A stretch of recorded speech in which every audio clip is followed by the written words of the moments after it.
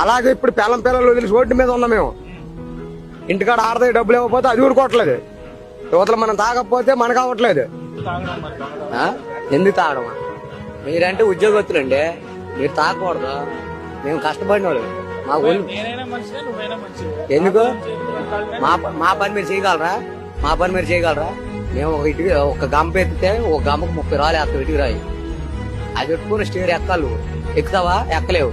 తాగకపోతే అవదు. ఆ డబ్బులు ఇక్కడ వృధా చేస్తున్నాం. ఏంటి పొజిషన్ ఏంటి? మీరు ఎంత చెప్తున్నారు మరి? ప్రభుత్వం ఏ ధైర్యంతో మళ్ళీ 175 మేమే చేస్తాం? ఎవరు 170 సీటు కూడా కాదు, అసెంబ్లీ గేట్ కూడా దాటనే ఉన్నా.